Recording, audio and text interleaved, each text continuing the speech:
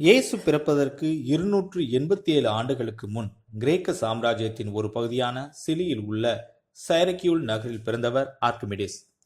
அவர் பிறந்தது பிரபுக்கள் குடும்பம். எனவே அந்த காலத்தில் கல்வி கலாச்சாரங்களில் புகழ்பெற்று விளங்கியதும் கிரேக்கர்களின் ஆட்சிக்கு உட்பட்டிருந்ததுமான எகிப்துக்கு சென்று படித்தார். சிறந்த அறிஞராக ஆராய்ச்சியாளராக அவர் தாய்நாடு திரும்பினார். அரசவையில் விஞ்ஞான ஆராய்ச்சியாளராக அவரை மன்னர் அமர்த்தினார். தனக்கு செய்யப்பட்ட கிரீடம் கலப்பட தங்கத்தால் உருவாக்கப்பட்டதோ என்ற சந்தேகம் மன்னருக்கு எழுந்தது. அதை கண்டுபிடிக்குமாறு ஆர்க்கிமிடிஸிடம் மன்னர் கூறினார். அப்போது அவர் செய்த ஆராய்ச்சியின் விளைவாக ஒரு தத்துவத்தை கண்டுபிடித்தார்.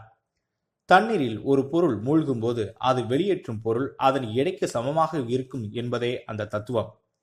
இதை கண்டுபிடித்ததும் யுரேகா யுரேகா, கண்டுபிடித்து விட்டேன் என்று கத்திக்கொண்டே குளியல் அறையில் இருந்து ஓடினார். ஆர்க்கிமிடிஸ் உடம்பில் துணி இல்லாததை கூட அவர் உணரவில்லை. தனது தத்துவத்தின் மூலம் மன்னருடைய கிரீடம் கலப்பட தங்கத்தால் தயாரிக்கப்பட்டது என்பதை நிரூபித்தார். கிரேக்கர்கள் மீது ரோமானியர்கள் படையெடுத்த போது கிரேக்க இராணுவத்துக்கு பல போர்க்கருவிகளை தயாரித்து கொடுத்தார். அவர் தயாரித்த போர்க்கருவிகளில் ஒன்று விசித்திரமானது. அது வெறும் கண்ணாடிதான். ரசம் பூசப்பட்ட பல பெரிய கண்ணாடிகள் தயாரிக்கப்பட்டன. ரோமானிய வீரர்கள் குதிரையில் வேகமாக வரும்போது கிரேக்க இராணுவத்தினர் இந்த கண்ணாடிகள் மூலம் சூரிய வெளிச்சத்தை பிரதிபலிக்கச் செய்தனர். கண் கூசியதால் ரோமானிய வீரர்கள் குதிரைகளில் இருந்து கீழே விழுந்து உருண்டனர். ஒரு நாள் ஆர்க்கிமிடிஸ் கடல் மணலில் உட்கார்ந்து ஒரு கணக்கை போட்டுக் கொண்டிருந்தார். அப்போது ரோமானிய வீரன் தன்னை நோக்கி ஓடிவருவதை பார்த்தார்.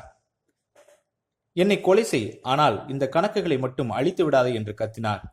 வெறி கொண்ட ரோமானிய வீரன் ஆர்க்கிமிடிஸை வாளால் வெட்டி கொன்றான். ஒரு மாபெரும் விஞ்ஞான மேதை மறைந்தார்.